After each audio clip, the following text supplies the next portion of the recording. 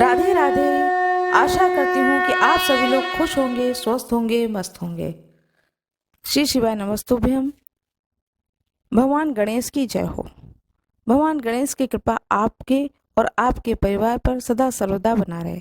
आज मैं आपको कथा सुनाने जा रही हूँ, विनायकी चतुर्थी कथा। विनायक चतुर्थी भगवान गणेश को समर्पित है। विनायकी चतुर्थी व्रत कथा को जो कोई भी सुनता है उसकी समस्त मनोकामनाओं की पूर्ति होती है। अपने दाहिने हाथ में फूल, अक्षत और थोड़ा सा जल ले लें। श्री गणेश चतुर्थी व्रत की पौराणिक कथा के अनुसार एक बार भगवान शिव तथा माता पार्वती नर्मदा नदी के किनारे बैठे थे। यहाँ माता पार्वती ने भगवान शिव से समय व्यतीत करने के लिए चौपड़ खेलने को कहा। शिव चौपड़ खेलने के लिए तैयार हो गए, परंतु इस खेल में हार जीत का फैसला कौन करेगा, यह प्रश्न उनके समक्ष उठा तो भगवान शिव ने कुछ तिनके एकत्रित कर उसका एक पुतला बनाकर उसकी प्राण प्रतिष्ठा कर दी और पुतले से कहा, बेटा, हम चौपड़ खेलना चाहते हैं, परंतु हमारी हार जीत का फैसला करने वाला कोई नहीं है, इसलिए तुम बताना कि हम दोनों में से कौन हारा और कौन जीता। उसके बाद भगवान शिव और माता पार्वती का चौपड़ खेल शुरू हो गया। यह खेल 3 बार खेला गया और संयोग से तीनों बार माता पार्वती ही जीत गईं। खेल समाप्त होने के बाद बालक से हार जीत का फैसला करने के लिए कहा गया तो उस बालक ने महादेव को विजयी बताया। यह सुनकर माता पार्वती क्रोधित हो गईं और क्रोध में उन्होंने बालक को लंगड़ा होने, कीचड़ में पड़े रहने का श्राप दे दिया। बालक ने माता पार्वती से माफी मांगी और कहा कि यह मुझसे अज्ञानतावश हुआ है, मैंने किसी द्वेष भाव में ऐसा नहीं किया है। बालक द्वारा क्षमा मांगने पर माता ने कहा, यहाँ गणेश पूजन के लिए नाग कन्याएं आएंगी, उनके कहे अनुसार तुम गणेश व्रत करो, ऐसा करने से तुम मुझे प्राप्त करोगे। यह कहकर माता पार्वती भगवान शिव के साथ कैलाश पर्वत पर चली गईं। 1 वर्ष के बाद उस स्थान पर नाग कन्याएं आईं। तब नाग कन्याओं से श्री गणेश के व्रत की विधि मालूम करने पर उस बालक ने 21 दिन लगातार गणेश जी का व्रत किया। उसकी श्रद्धा से गणेश जी प्रसन्न हुए। उन्होंने बालक को मनोवांछित फल मांगने के लिए कहा। उस पर उस बालक ने कहा, हे विनायक, मुझ में इतनी शक्ति दीजिए कि मैं अपने पैरों से चलकर अपने माता पिता के साथ कैलाश पर्वत पर पहुंच सकूं और वे हम मुझे देख करके प्रसन्न हों। तब बालक को वरदान देकर श्री गणेश अंतर्ध्यान हो गए। इसके बाद वह बालक कैलाश पर्वत पर पहुंचा और कैलाश पर्वत पर पहुंचने की अपनी कथा उसने भगवान शिव को सुनाई। चौपड़ वाले दिन से माता पार्वती शिव जी से विमुख हो गई थीं। अतः देवी के रुष्ट होने पर भगवान शिव ने भी बालक के बताए अनुसार 21 दिनों तक श्री गणेश का व्रत किया। इस व्रत के प्रभाव से माता पार्वती के मन से भगवान शिव के लिए जो नाराजगी थी वह समाप्त हो गई। यह व्रत विधि भगवान शंकर ने माता पार्वती को बताई। यह सुनकर माता पार्वती के मन में भी अपने पुत्र कार्तिकेय से मिलने की इच्छा जागृत हुई। तब माता पार्वती ने भी 21 दिनों तक श्री गणेश का व्रत किया तथा दूर्वा, फूल और लड्डुओं से गणेश जी की पूजा और अर्चना की। व्रत के 21वें दिन कार्तिकेय जी स्वयं माता पार्वती जी से मिलने आ गए। उस दिन से श्री गणेश चतुर्थी का यह व्रत समस्त मनोकामनाओं की पूर्ति करने वाला व्रत माना जाता है। इस व्रत को करने से मनुष्य के सारे कष्ट दूर होकर मनुष्य को समस्त सुख सुविधाएं प्राप्त होती हैं। भगवान गणेश की जय, भोलेनाथ की जय, पार्वती माता की जय। जैसा कि हम सभी लोग जानते हैं, हर महीने में 2 चतुर्थी व्रत पड़ता है। कृष्ण पक्ष में जो चतुर्थी व्रत होता है उसे संकष्टी चतुर्थी व्रत कहते हैं और शुक्ल पक्ष में जो चतुर्थी व्रत पड़ता है उसे वैनायकी चतुर्थी व्रत कहते हैं। वैनायकी भगवान गणेश जी का नाम है, उन्हीं के नाम से यह व्रत का नाम भी पड़ा है। विनायकी चतुर्थी व्रत भगवान गणेश को समर्पित होता है। इस दिन जो चतुर्थी व्रत को धारण करते हैं वह भगवान गणेश की पूजा करते हैं। विनायकी चतुर्थी पर भगवान गणेश जी की पूजा उपासना किस प्रकार की जाती है वह संक्षिप्त में विधान आप लोगों को मैं बताने जा रही हूँ। प्रातः काल जितनी जल्दी हो सके स्नान ध्यान करके सूर्य भगवान को अर्घ देने के बाद में एक चौकी लें या पाटा लें, उस पर पीला वस्त्र बिछाएं। एक पाटा लें, उसे अच्छी तरह से साफ कर लें, गंगा जल उस पाटे पर छिड़क लें, उस पर एक पीला आसन बिछाएं, उस पर भगवान गणेश की प्रतिमा या फोटो या मूर्ति जो भी आपके पास में हो उसे रखें। रखने के बाद में भगवान गणेश को गंगा जल से छींटे दें, जल हो तो जल का छींटा दें, इस तरह से जल चढ़ाएं। भगवान गणेश पर दूर्वा अर्पित करें, चावल चढ़ाएं, फूल चढ़ाएं, लड्डू का भोग लगाएं। यदि आपको मोदक कहीं से मिल जाए तो मोदक का भोग लगाएं, क्योंकि मोदक भगवान गणेश को अत्यंत ही प्रिय है। फिर नीचे अपना आसन बिछा करके स्वयं बैठे। हो सके तो आप भी स्वयं पीले वस्त्र को पहन करके ही बैठे और गणेश चालीसा का पाठ करें। यदि आपके पास में समय हो तो गणेश सहस्त्र नाम एक पुस्तक आती है, उससे भगवान गणेश का 1000 नाम का पाठ करें। भगवान गणेश की फिर स्तुति करें, जो कि उनके 12 नाम होते हैं। प्रणम्य शिक्षा देवी गौरी पुत्रम विनायकम भक्तावासम स्मरणिते कामा सिद्ध अर्थे प्रथम वक्रतुंडम च एकदंतम द्वितीयम तृतीयम किष्पिगाक्षम गजवकतम चतुर्थकम लंबोदरम पंचम च षष्ठम विकटमेव च सप्तम विघ्नराजम धूम्रवर्ण तथा अष्टकम नवम भालचंद्रम दशम तो विनायकम एकादश गणपति द्वादश तो गजाननम। इस स्तुति को, ये भगवान गणेश के जो 12 नाम हैं, इस नाम को भी अवश्य ही पढ़ें। इसके बाद हृदय से मन से भगवान गणेश की आरती करें। इसके बाद आप सारा दिन व्रत को धारण करें। शाम के समय में सूर्यास्त के बाद में चंद्रमा को अर्घ दें। बहुत लोग चंद्रमा को अर्घ देते हैं। जो लोग चंद्रमा को अर्घ देते हैं चतुर्थी तिथि पर, वह शाम को सूर्यास्त के बाद में चंद्रमा को अर्घ दें। इस प्रकार से मैंने संपूर्ण विधि आपको गणेश चतुर्थी की पूजा के बारे में बताया है।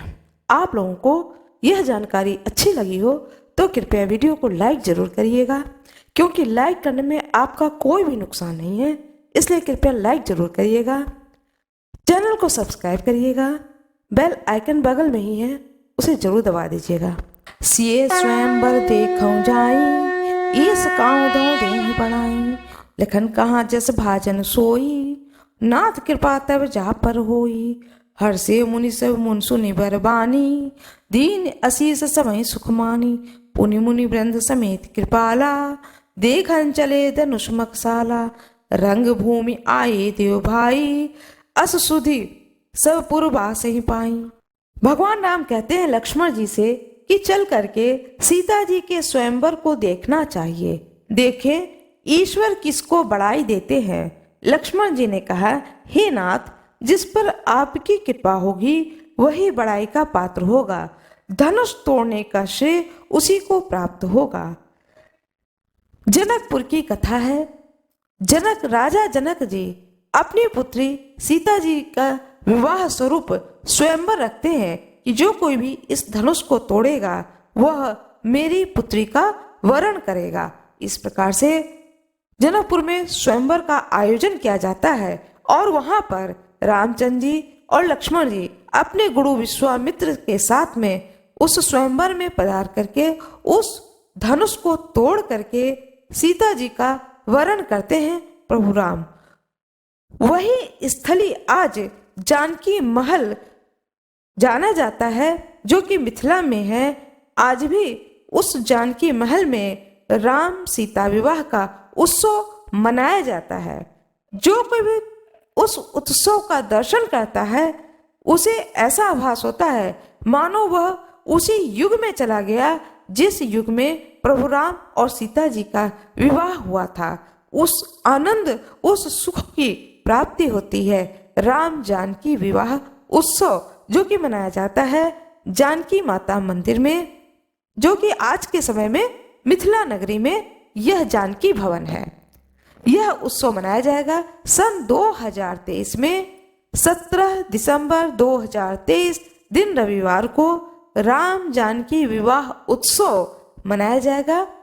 उसी प्रकार से वहां पर स्वयंवर के दर्शन होते हैं। पूरे उस जानकी महल में माता सीता की मूर्ति के साथ में प्रभु राम की मूर्ति और सीता माता के माता पिता राजा जनक की मूर्ति, उन सभी की मूर्ति उस जानकी महल में आज भी विराजित है, जिसके दर्शन आम जनता जो कि करती है, जाती है उस मंदिर में, तो उन्हें भी उन सभी के दर्शन होते हैं। वैष्णव लोग जो भगवान विष्णु के अत्यंत भक्त हैं, वे अयोध्या में भी इस उत्सव को मनाते हैं। और भी जो अनन्य भक्त हैं, भगवान की भक्ति यूं ही सहजता में प्राप्त नहीं होती, बड़ी ही कृपा से ईश्वर की प्राप्ति होती है। वो उस आनंद के रसपान को पाने के लिए सीधे पहुंचते हैं मिथिला नगरी जानकी भवन और उस आनंद का, उस उत्सव का आनंद लेते हैं विवाह उत्सव में पहुंच करके। यह उत्सव अत्यंत ही सुंदर तरीके से मनाया जाता है जानकी भवन में। यह छोटी सी जानकारी मैंने आप लोगों को देने की कोशिश की है। मेरा यह वीडियो आप लोगों को अच्छी लगे तो कृपया वीडियो को लाइक जरूर करिएगा। जय श्री गणेश, जय श्री गणेश, जय श्री गणेश। बहुला चतुर्थी व्रत भाद्रपद के कृष्ण पक्ष की चतुर्थी तिथि को बहुला चौथ या बहुला चतुर्थी कहा जाता है। यह तिथि भगवान श्री गणेश के व्रत की तिथि भी है, जिसे कि संकष्टी चतुर्थी भी कहते हैं। बहुला चतुर्थी का व्रत संतान प्राप्ति, संतान की रक्षा, संतान के ऊपर आने वाले कष्ट के निवारण, संतान की लंबी आयु व संतान की सुख समृद्धि के लिए किया जाता है। इस व्रत में गौ माता का पूजन तथा मिट्टी के सिंह की प्रतिमा और मिट्टी के ही गौ की प्रतिमा बना करके उसकी पूजा की जाती है। यही पूजा का विधान है। बहुला चतुर्थी व्रत कथा। बहुला चतुर्थी में 5 कथाएं सुनी जाती हैं, जो मैं आप लोगों को आज सुनाने जा रही हूँ। पौराणिक कथाएं। नंबर 1, द्वापर युग में जब भगवान विष्णु का कृष्ण अवतार हुआ, तब उनके सहायक के रूप में देवी देवताओं ने भी गोप गोपियों का रूप लेकर अवतार लिया। गौ शिरोमणि कामधेनु भी बहुला नाम की गाय बनकर नंद बाबा की गौशाला में आ गईं। भगवान श्री कृष्ण का बहुला का भगवान से अपार स्नेह था। बालक श्री कृष्ण को देखते ही बहुला के स्तन में दुग्ध धारा बहने लगती थी। श्री कृष्ण बहुला के उस दुग्ध का पान किया करते थे। एक बार श्री कृष्ण बहुला गाय की परीक्षा लेने के विचार से जब बहुला वन में घास चर रही थी, उनके सामने सिंह रूप में प्रकट हो गए। बहुला सिंह को देखकर भयभीत हो गई और कांपने लगी, लेकिन हिम्मत करके सिंह से बोली, हे वनराज, मेरा बछड़ा भूखा है, वह मेरी प्रतीक्षा कर रहा है, अतः मुझे जाने दो, मैं उसे दूध पिलाकर तुम्हारे पास आ जाऊंगी, तब मुझे खाकर अपनी भूख मिटा लेना। सिंह ने कहा कि सामने आए आहार को कैसे जाने दूं? तुम वापस नहीं आई तो मैं भूखा ही रह जाऊंगा। बहुला ने सत्य और धर्म की शपथ लेकर कहा कि मैं अवश्य वापस आऊंगी। बहुला की शपथ पर विश्वास करके सिंह ने बहुला को जाने दिया। बहुला अपने बछड़े को दूध पिलाकर अपने वचन की रक्षा हेतु सिंह के पास वापस आ गई। बहुला की सत्य निष्ठा को देखकर श्री कृष्ण अत्यंत प्रसन्न हुए और अपने वास्तविक स्वरूप में आकर कहा कि हे बहुले, तुम मेरी परीक्षा में सफल हुई। अब से भाद्रपद चतुर्थी के दिन गौ माता के रूप में तुम्हारी पूजा होगी। तुम्हारी पूजा करने वाले को धन और संतान का सुख मिलेगा। बहुला भगवान श्री कृष्ण का आशीर्वाद प्राप्त कर अपने घर लौट आई और अपने बछड़े के साथ आनंद पूर्वक रहने लगी। बहुला माता की जय। बहुला छठ माता की जय हो। कथा नंबर 2। किसी ब्राह्मण के घर में बहुला नामक एक गाय थी। बहुला का एक बछड़ा था। बहुला को संध्या समय में घर वापस आने में देर हो जाती तो उसका बछड़ा व्याकुल हो उठता था। एक दिन बहुला घास चरते हुए अपने झुंड से बिछड़ गई और जंगल में काफी दूर निकल गई। जंगल में वह अपने घर लौटने का रास्ता खोज रही थी, तभी अचानक उसके सामने एक खूंखार सिंह आ गया। शेर ने बहुला पर झपट्टा मारा। तब बहुला उनसे विनती करने लगी कि उसका छोटा सा बछड़ा सुबह से उसकी राह देख रहा होगा, वह भूखा है और दूध पिलाने की प्रतीक्षा कर रहा है। आप कृपया मुझे जाने दो, मैं उसे दूध पिलाकर वापस आ जाऊंगी, तब आप मुझे खाकर अपनी भूख को शांत कर लेना। सिंह को बहुला पर विश्वास नहीं था कि वह वापस आएगी। तब बहुला ने सत्य और धर्म की शपथ ली और सिंह को विश्वास दिलाया कि वह वापस जरूर आएगी। जब सिंह ने बहुला को उसके बछड़े के पास वापस जाने दिया, बहुला शीघ्रता से घर पहुंची और उसने अपने बछड़े को शीघ्रता से दूध पिलाया और उसे बहुत स्नेह किया। उसके बाद अपना वचन पूरा करने के लिए सिंह के समक्ष आकर खड़ी हो गई। सिंह को उसे अपने सामने देखकर बहुत हैरानी हुई। बहुला के सत्य वचन के सामने उसने अपना सिर झुकाया और खुशी से बहुला को वापस घर जाने दिया। बहुला कुशलता से घर वापस आई और प्रसन्नता से अपने बछड़े के साथ रहने लगी। तभी से बहुला चौथ का यह व्रत रखने की परंपरा चली आ रही है। बहुला माता की जय, बहुला छठ माता की जय। पौराणिक कथा नंबर 3। एक गाय थी, उसके 7 बाछी थी, एक बछड़ा था। बछड़ा बहुत ही छोटा था, 7 महीने का वह बछड़ा था।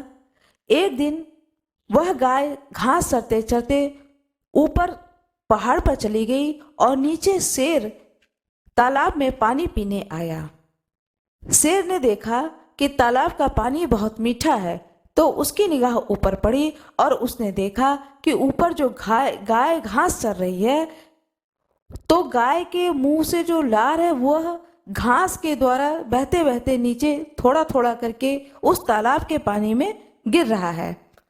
तो शेर ने सोचा कि जब गाय के लार के पानी से यह तालाब का पानी इतना मीठा हो गया है, तो गाय का मांस कितना मीठा होगा। ऐसा सोच करके उसने मन में तय किया कि मैं इस गाय का आज भोजन करूंगा। और वह ऊपर धीरे धीरे चुपके चुपके गाय के पास जा पहुंचा। और जब सिंह को अपने सामने गाय ने देखा तो गाय भयभीत हो गई, वह भय से कांपने लगी। कांपते हुए स्वर में गाय ने कहा कि हे शेर, मुझे मेरे घर जाने दो। मेरा एक छोटा सा बाछा है जो कि अभी सिर्फ 7 महीने का है, वह मेरा इंतजार कर रहा है। मैं उस बच्चे को प्यार कर लूं, उसे दूध पिला दूं, फिर मैं तुम्हारे सामने अवश्य आऊंगी। शेर ने कहा, इस बात की क्या गारंटी है कि तुम वापस आ जाओगी? उसने कहा, शपथ है मेरे बच्चे का, मैं अपने बच्चे की शपथ लेती हूँ, मैं उसे बहुत प्यार करती हूँ, मैं अवश्य लौट कर आऊंगी। शेर ने कहा, ठीक है, तुम जाओ, मैं यहाँ पर बैठा हुआ हूँ और तुम इसी जगह वापस लौट कर आना। गाय ने कहा, ठीक है। वह गाय वापस उस जगह गई जहां उसके 7 बाछा और एक बछड़ा था। जब उसने अपने उस छोटे से बछड़े को दूध पिलाना शुरू किया तो उसके थन कांपने लगे। तो उस बच्चे ने पूछा, बछड़े ने पूछा, माँ, आज तुम्हारा थन क्यों कांप रहा है? गाय ने कहा, कुछ भी बात नहीं है, तुम दूध पान करो, उसके बाद में मुझे जाना है। लेकिन उस बच्चे ने जिद पकड़ ली, उस बछड़े ने जिद पकड़ ली कि जब तक तुम मुझे सारी बात नहीं बताओगी कि तुम्हारा थन ये क्यों कांप रहा है, मैं दूध नहीं पीऊंगा। तब गाय ने हार करके अपने उस बेटे को सारी कथा सुना दी कि वह शेर मेरा वहां इंतजार कर रहा है और अब वह मेरा भक्षण कर लेगा और मेरी मृत्यु हो जाएगी और इसके बाद मैं अपने बेटे से कभी नहीं मिल पाऊंगी, मेरे सारे बच्चे अनाथ हो जाएंगे। यह सुन करके 7 बच्चों ने कहा, ठीक है माँ, तुम्हारे साथ हम लोग भी चलेंगे और उस शेर से बात करेंगे। माँ को बड़ी ममता आई, बोली, हम भी जाएंगे, मेरी भी मौत निश्चित है, साथ में तुम बच्चों की भी मौत निश्चित है। लेकिन वह बच्चे नहीं माने, वो बोले, हम भी जाएंगे तुम्हारे साथ में। माँ आगे आगे जा रही थी, साथ में पीछे पीछे उसके 7 बच्चे जा रहे थे। शेर के सामने जब माँ खड़ी हुई, साथ में 7 बच्चे खड़े हुए, तो शेर ने कहा, गई थी अकेले, आई है सतमासा। यह तो बहुत ही सुंदर संयोग है कि यह सतमासा लेकर आई है, यह बहुत ही शुभ है। शेर ने ऐसा कहा। अकेले गई थी, साथ में 7 लेकर आई है और सतमासा लेकर आई है। सतमासा जो कि हमारे यहाँ हिंदू रीत में जिस जो गर्भवती स्त्रियां होती हैं उनके सतमासा में पूजा होती है। 7वें महीने में उस स्त्री को बहुत सारे कोछे में मेवा वगैरह दिया जाता है, पूजा की जाती है। यह रीति हम सभी लोग जानते हैं। तो इसी चीज को शेर ने कहा कि गई तो यहाँ से वो अकेले थी, साथ में ये 7 लोगों को लेकर आई, 7 बच्चों को लेकर आई, और छोटा सा जो बालक है जो कि 7वें महीने का ही लग रहा है, इस सतमासा को भी लेकर आई। उसने गाय से कहा, तुम अपने सब बच्चों को लेकर आई हो। गाय तो कुछ ना बोल पाई क्योंकि वह तो थर थर कांप रही थी डर से। उस छोटे से बछड़े ने कहा, मामा बताओ क्या हाल है। शेर ने जब यह शब्द सुना कि इतना छोटा बालक बछड़ा मुझे मामा कह के बुला रहा है, तो वह बहुत ही प्रसन्न हुआ और शेर ने कहा कि जाओ बहन, मैंने तुम्हें जीवन दान दिया और इस बछड़े ने मुझे मामा कहकर बुलाया, इसलिए अब तुम्हारे सभी बच्चों को भी जीवन दान दिया। जिस प्रकार से उसे जीवन दान मिला, इस तरह से भगवान सबकी मनोकामना की पूर्ति करें। बहुला माता की जय, बहुला छठ माता की जय। कथा नंबर 4। एक स्त्री थी जो कि घर घर जाकर के दूध और दही बेचा करती थी। गांव का एक परंपरा है कि ग्वालीन औरतें सिर पर दूध और दही रखती हैं और घर घर जाकर के बेचती थी। यह परंपरा गांव में आज भी है, उस जमाने में भी थी। तो वह स्त्री जब घर से निकलने लगी तो उसकी सास ने कहा कि आज तुम मत जाओ, आज मैं जा रही हूँ दूध और दही को बेचने के लिए। तुम एक काम करो, यह जो घर में धान रखा है, इस धान को चूल्हे पे रख करके उबाल लो। तो बहू ने कहा, अम्मा ये बताइए चूल्हा जलाएंगे कैसे? तो बोली कि अरे ठुंगरिया मुंगरिया जो भी है उसको लगा दो चूल्हे में और चूल्हा जला करके धान को उबाल लो। उसकी जिठानी अपने बच्चे को, 2 छोटे छोटे बच्चों को घर में छोड़कर जाती थी दही बेचने के लिए, और उसके बच्चों का नाम था ठुंगरिया मुंगरिया। उस देवरानी ने क्या किया, जिठानी के दोनों बच्चों को चूल्हे में लगा दिया और लगा करके जला दिया और वह धान उबाल दी। जब सास लौट कर आई तो सास ने कहा कि बड़ी बहू के बच्चे दोनों दिख नहीं रहे हैं, कहाँ चले गए हैं दोनों? तो छोटी बहू ने जवाब दिया, आपने ही तो कहा था ठुंगरिया मुंगरिया को चूल्हे में लगा देना और जला करके धान उबाल लेना। उसकी सास तो छाती पीटने लगी, बोली अरे तुमने ये क्या किया? हमने ठुंगरिया मुंगरिया का, मेरा कहने का ये मतलब था कि जो घर में कंडे रखे हैं, छोटी छोटी लकड़ी रखी है, वही ठुंगरिया मुंगरिया लगा के जला देना चूल्हा और यह धान को उबाल लेना। हमने तुमसे ये नहीं कहा था कि तुम इन बच्चों को जला करके इस धान को उबालना। ये तुमने क्या किया? अब बड़ी बहू जब आएगी तो बच्चे नहीं पाएगी तो मैं अपनी बहू को क्या जवाब दूंगी? उस दिन बहुला चौथ था। उसकी सास ने बहुला चौथ का व्रत रखा था। वह सिर पीट पीट करके माता रानी से बहुला चौथ से प्रार्थना करने लगी कि माता रानी कोई उपाय निकालो और यह जो राख की ठेर पे जो बच्चे हैं, इन बच्चों को जीवित कर दो, कैसे भी करके इन बच्चों को जीवित कर दो। मैं क्या जवाब दूंगी अपने बहू को, बड़ी बहू को क्या जवाब दूंगी? उधर उसकी बड़ी बहू भी गई थी दूध दही बेचने के लिए। जब लौटने लगी तो रास्ते में उसको चींटी की धार मिली। जब चींटी की धार मिली तो वो कह रही है, ये न चींटी की धार छूट रही है, न मैं उस पार जा पा रही हूँ, न मैं घर पहुँच पा रही हूँ। ऐसा सोचते सोचते शाम हो गया। शाम को जब सूर्यास्त होने लगा तब चींटी की धार छूटी और वह पार करी। उस धार को पार करने के बाद में अपने घर आई। उस दिन उस जिठानी ने भी बहुला चौथ का व्रत रखा था। माता के प्रभाव से, बहुला चौथ के व्रत के प्रभाव से वो दोनों बच्चे उस राख की ढेर पर खेल रहे थे। तो वह जिठानी घर के अंदर आई और अपनी सास से कही, अम्मा तुमने मेरे बच्चों की देखभाल नहीं की थी, मेरे बच्चे राख पे बैठकर खेल रहे हैं और तुमने उन्हें अंदर नहीं रखा, सारा दिन बच्चे धूप में राख में ही खेलते रहे। सास लौट के आई, बाहर निकल के आई, अपने बहू के पैर पे गिर गई, बोली बहू तुमने जो यह बहुला चौथ का व्रत रखा, यह तुम्हारा व्रत सफल हुआ और इस व्रत के प्रभाव से तुम्हारे दोनों बच्चे तुम्हें जीवित अवस्था में मिले। सच तो यह कि इन बच्चों को मेरे अंदर तो क्षमता नहीं थी कि मैं इन्हें जीवित कर पाती। इस तरह से वह दोनों बच्चे जीवित हुए इस बहुला चौथ के तप के प्रभाव से। इसीलिए इस व्रत को संतान की रक्षा के लिए व्रत कहा जाता है। बहुला माता की जय, बहुला छठ माता की जय। पौराणिक कथा नंबर 5। एक स्त्री थी जो कि ग्वालिन थी, बहुत ही गरीब थी। बहुत गरीब थी, तो बहुला चौथ का दिन था, वह गर्भवती थी। उसने सोचा कि मैं आज दूध बेच आऊं पूरे गांव भर में तो कुछ पैसे मेरे बन जाएंगे जो कि प्रसव काल में मेरे काम आएंगे। ऐसा सोच करके उसने बहुला चौथ वाले दिन गाय का दूध और भैंस का दूध दोनों दूध मिला करके मटके में रख करके वह गांव में बेचने के लिए निकल गई। सास ने मना किया, आज बहुला चौथ है, आज स्त्रियां गाय का दूध नहीं पिएंगी, वो इस गाय का दूध इस्तेमाल नहीं करेंगी, केवल भैंस का दूध बेचकर आना, गाय का दूध बेचकर ना आना।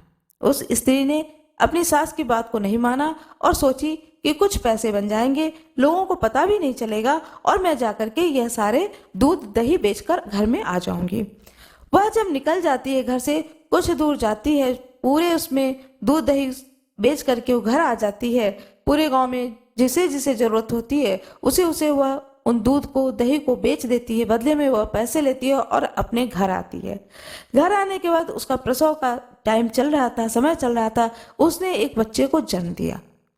बच्चे के जन्म देने के बाद में कुछ ही देर बाद में वह बच्चा मर जाता है। तब उस स्त्री को आभास होता है कि मैंने बहुत गलत काम किया। आज उन स्त्रियों ने बहुला माता की बहुला चौथ का व्रत रखा था और जिन्हें मैंने गाय और भैंस दोनों के दूध को मिला करके बेच कर आई हूँ, मैं बाद में कुछ भी करूँगी, पहले मैं उनसे जाके क्षमा मांग कर आती हूँ। मैंने आज बहुत गलत काम किया जिसके कारण आज मुझे ईश्वर ने बहुत कड़ी सजा दी, जो मेरा बच्चा नहीं रहा।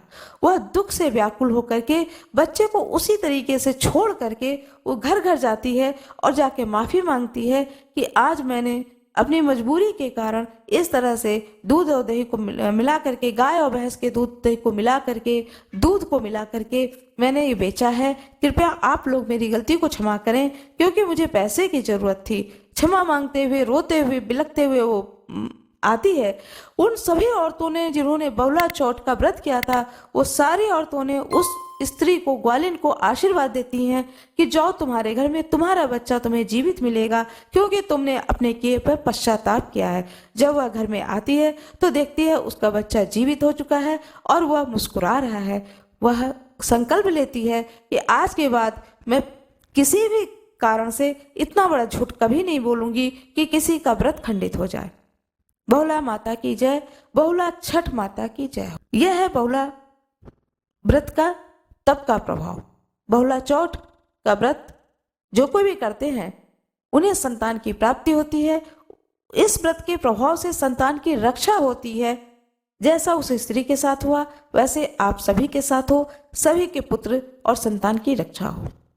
मेरा यह वीडियो कैसा लगा कृपया मुझे कमेंट बॉक्स में अवश्य बताएं। वीडियो को लाइक करें, चैनल को सब्सक्राइब करें, बेल आइकन दबाना ना भूलें। धन्यवाद।